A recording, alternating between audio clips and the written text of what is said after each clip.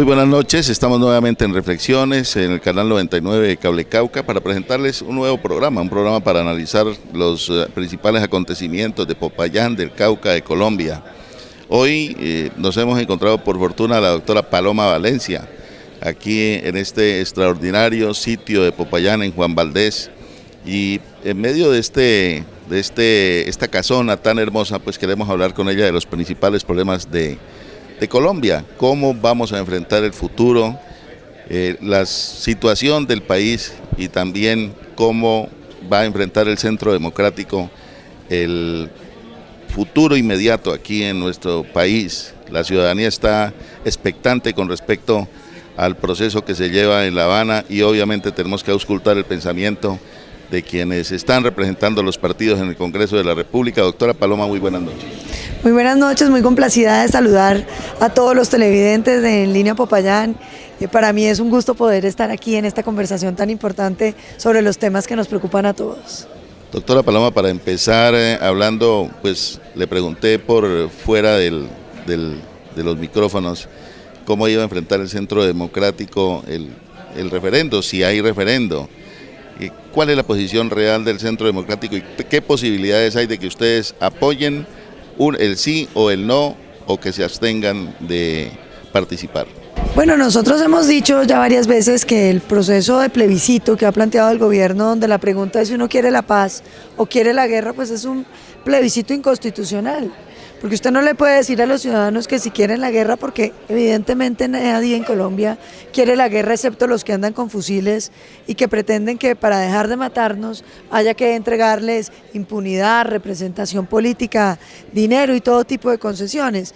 Entonces lo primero es que nosotros no nos sentimos representados en ninguna de las dos respuestas, porque nosotros no queremos aceptar la impunidad de los criminales, que el paisa vaya ahora a ser político, o que Iván Márquez o que Timochenko pues terminen de figuras políticas en Colombia es inaceptable, como es inaceptable que quienes son responsables de tantos crímenes no vayan a pagar ni un solo día de cárcel por los crímenes que cometieron. Entonces nosotros decimos paz, pero la paz se construye dándole cárcel a los criminales de lesa humanidad.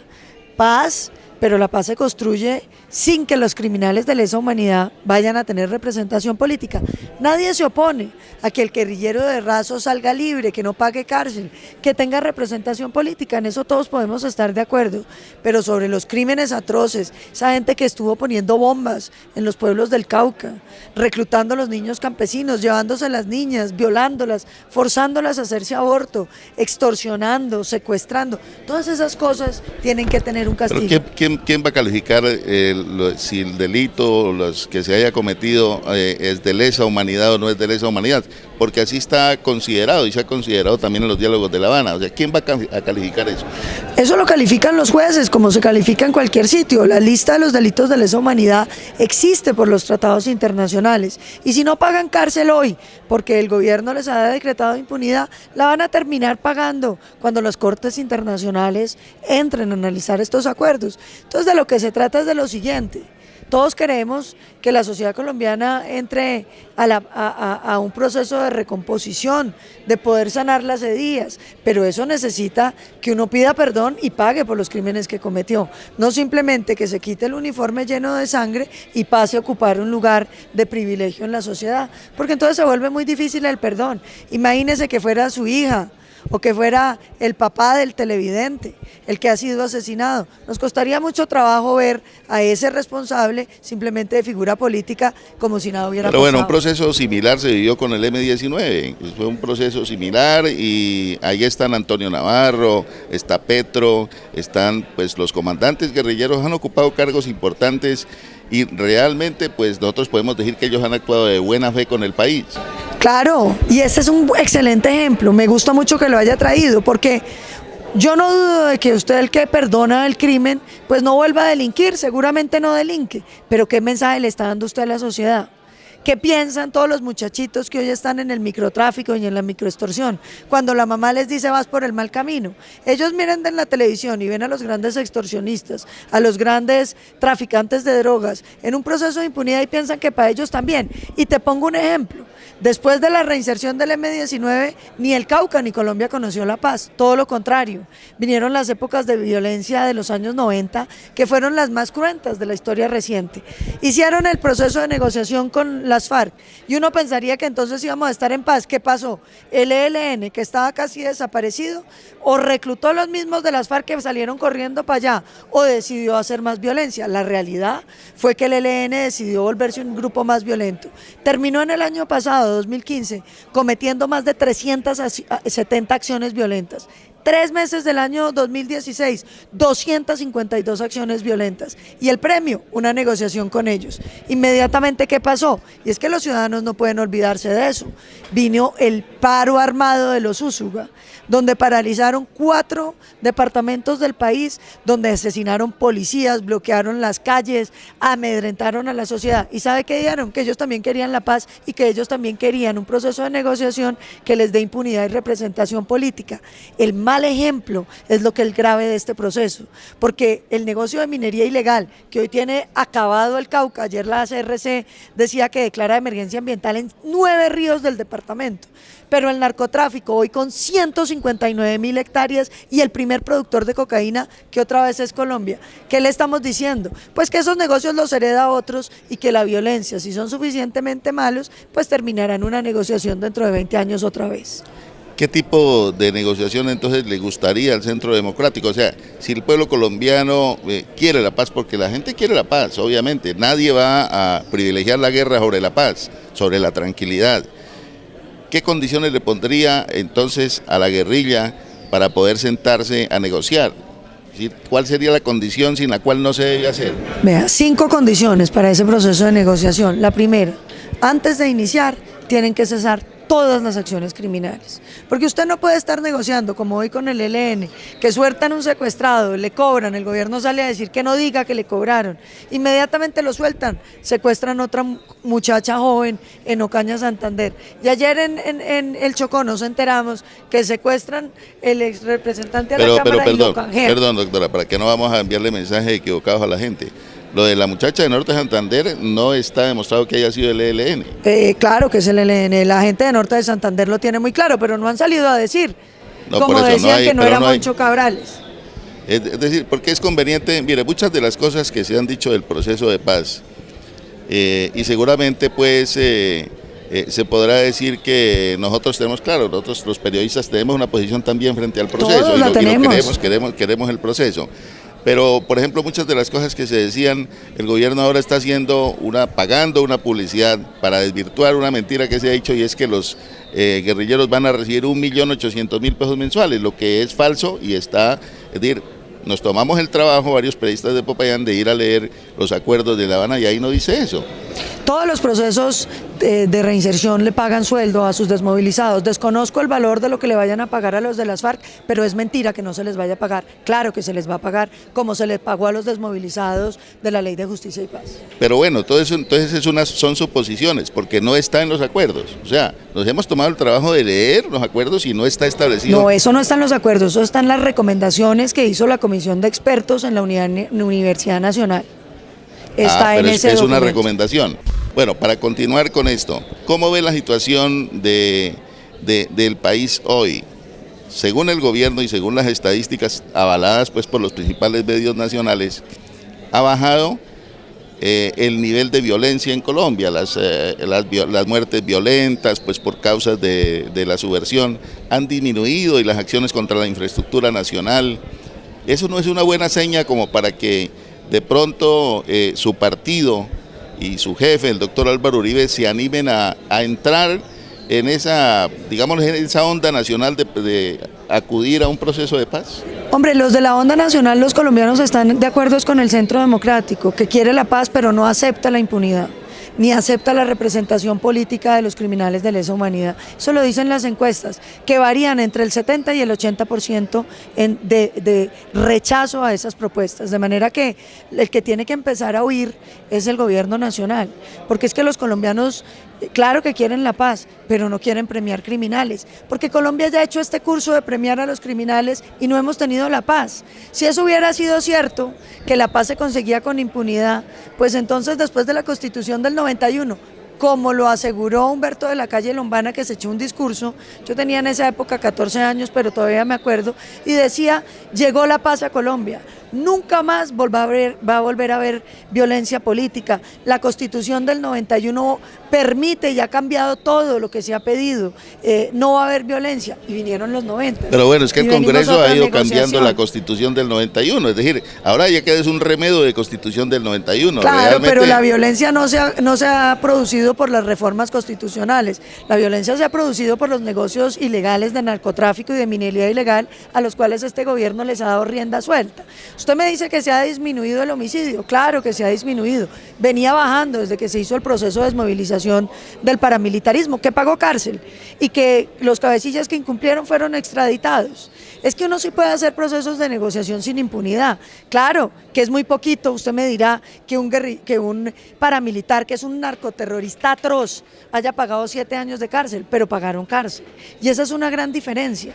Y yo le diría lo siguiente: todo el mundo quiere una negociación, pero con cárcel para los cabecillas. ¿Cuánta cárcel? Pues eso es lo que había que negociar.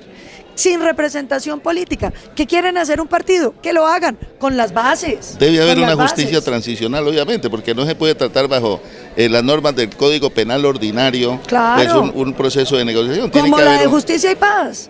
Pero lo que usted no puede pretender es que los terroristas ahora entren a modo prócer, porque es que no es aceptable que un tipo como el Paisa, que él confiesa él solito haber matado 5.000 personas, que es responsable de los crímenes más atroces que se han hecho en este país, ahora quita el uniforme lleno de sangre y pase a ser una figura política, porque eso no va a contribuir a la paz. Eso lo que hace es destruir la moralidad de un país. Dígame un campesino caucano y el hijo de un campesino caucano que han resistido la pobreza, la desigualdad, la falta de vías, la falta de salud, la educación mala, y se ha mantenido en la legalidad, y al final de la vida le llegan los beneficios al guerrillero y el campesino sigue en las mismas condiciones. ¿Usted qué cree que va a hacer ese joven campesino? Lo que le están diciendo es que se dedique al crimen porque es lo único que renta en Colombia.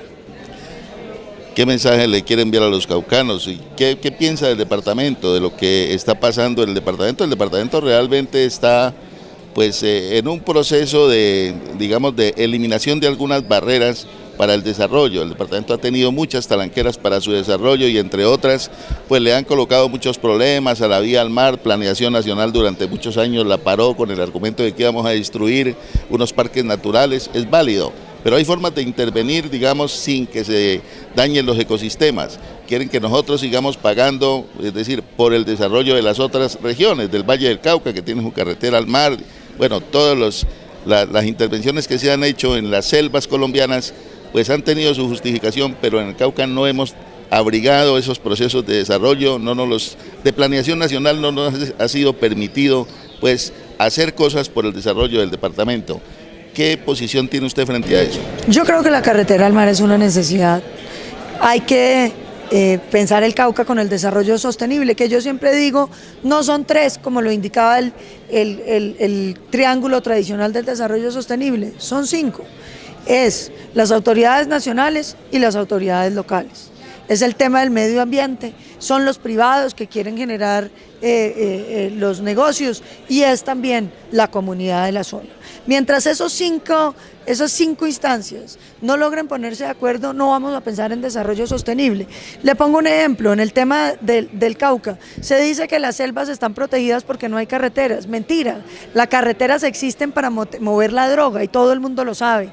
La minería ilegal está arrasando el departamento del Cauca y nadie hace nada. El gobierno nacional ha querido ignorar el negocio del narcotráfico y el negocio de la minería ilegal, y la realidad es que la violencia se nutre de eso.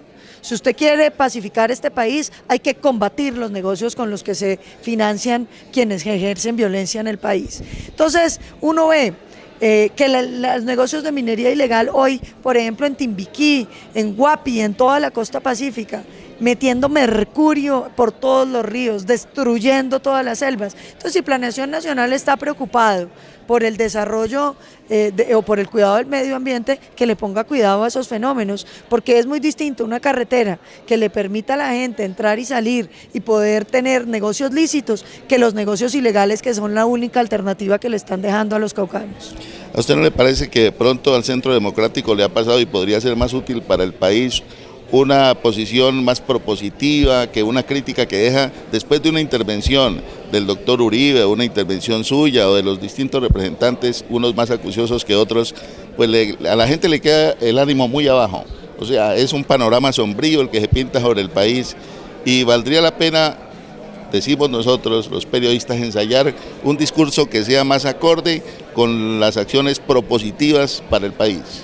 Este es un discurso muy propositivo, todo lo contrario. Yo creo que evidenciar los problemas y reflexionar sobre ellos no puede interpretarse como un discurso negativo, porque gran parte de los problemas de Colombia es que no aceptamos lo que nos está pasando y por eso seguimos sin poder salir de los problemas. El análisis de los problemas contribuye a que entre todos busquemos soluciones y uno no puede simplemente decir que es negativo señalar los precipicios por los que están al lado, porque entonces uno se va por el precipicio y dice, pero como nadie dijo que allá había un peligro.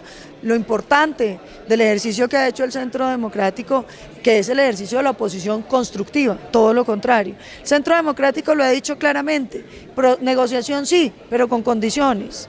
Nosotros hemos en el Congreso sido tal vez el partido más propositivo de todos. Hemos radicado más de 80 proyectos de ley que no lo ha radicado ningún otro partido. Creo que ni siquiera el gobierno nacional ha presentado una cifra similar. Todos muy serios, bien argumentados. Lo que pasa es que el gobierno, lo que no es de ellos, no lo acepta. Y eso es un problema muy serio. ¿Cuál de los candidatos a la Fiscalía General de la Nación es más digerible para usted?